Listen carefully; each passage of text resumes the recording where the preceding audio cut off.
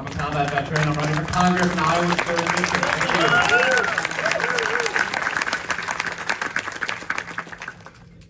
You know, I wrote down a few thoughts as I was driving here this morning because I'm humbled. I'm humbled to have an opportunity to speak in this room in front of all of you, and that's the truth. This room right here represents an incredible amount of experience and wisdom that has led this Democratic Party for so long, and I thank you for that.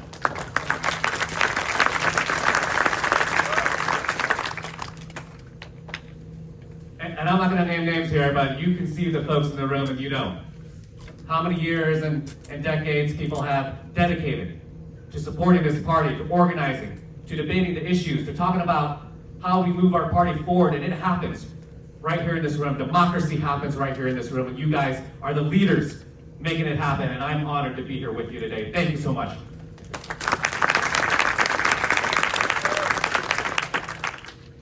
You know, I actually attended my first convention in 2002. Went through the precinct process, made it to the county conventions, and eventually I had an opportunity to even sit on a DNC committee, the Military Veterans and Families Committee, in 2005. It was an honor to do that. And it's been an honor of mine for a long time to work and to hustle and to serve in this party alongside all of you, trying to make this state a better place. And I'm an Iowan born and raised down in southeast Iowa, Mount Pleasant. Not quite in the 3rd District.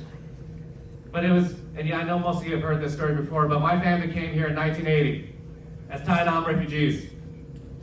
And it was the incredible community that helped my family get settled. A Swedish Lutheran family that lived in Swedesburg. They sponsored my parents, Vincent and Violet Lindeen. I remember them helping my family get settled, and really just supporting us. I felt that community growing up, and I wanted to give back. That's why I joined the military at 17 years old. I actually started with an ambush. I told this story the other day. Started with an ambush.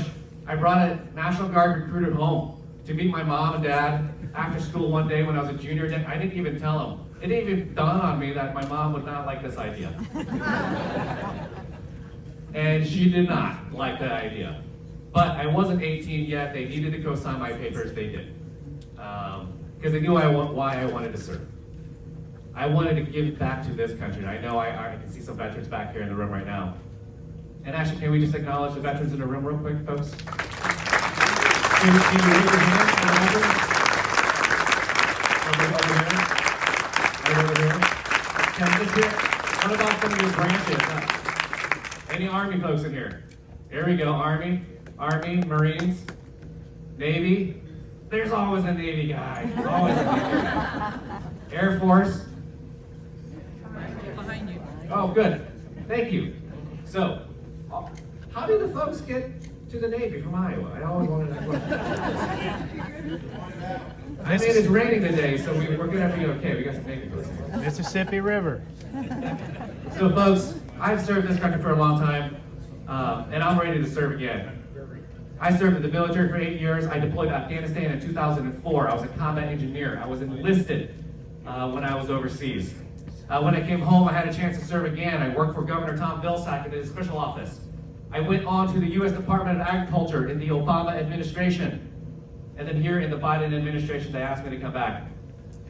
Had the chance to serve in this administration, deploying all the incredible investments from these bills that Democrats passed, the American Rescue Plan, the Bipartisan Infrastructure Law, the Inflation Reduction Act.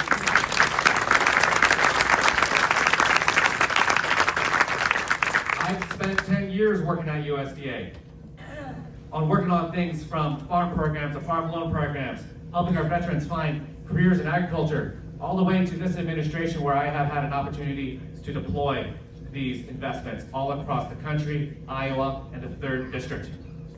And I was just looking up all the incredible investments being made recently all across Iowa. Our infrastructure is getting rebuilt, and our country is going to be better because of it. And through all my experiences serving and giving back to this community for a long time, I'm ready to be your next representative here from Iowa, from the 3rd District, and we're going to beat Zach Nunn.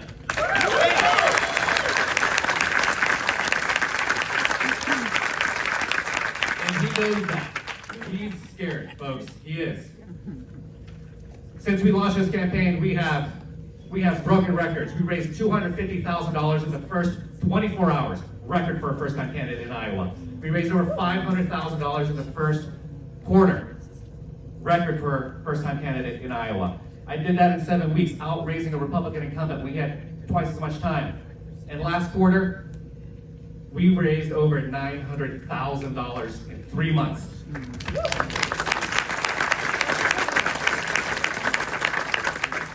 We have outraised Zach Nunn 2 quarters in a row. We nearly doubled his amount last quarter.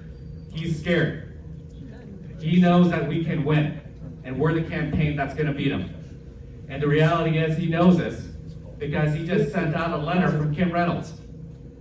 Kim Reynolds' letterhead. You all see this? Paid for by Zach Nunn at the bottom. Came after me in every way but my name. Folks, he knows that we're coming after him, and he's going to go down. We're gonna win this race, and we're the campaign to make that happen. But take it from the folks who have endorsed me. Over 24 key leaders from across Iowa: Tom and Christy Vilsack, Rob Sand, Fred Hubble, Jennifer Confer, Sarah Tongarian, Megan Srindavas, Austin Bates, Sean Magnuski. I can keep going. Sally Peterson, Patty Judge, Bonnie Campbell, Roxanne Conlon.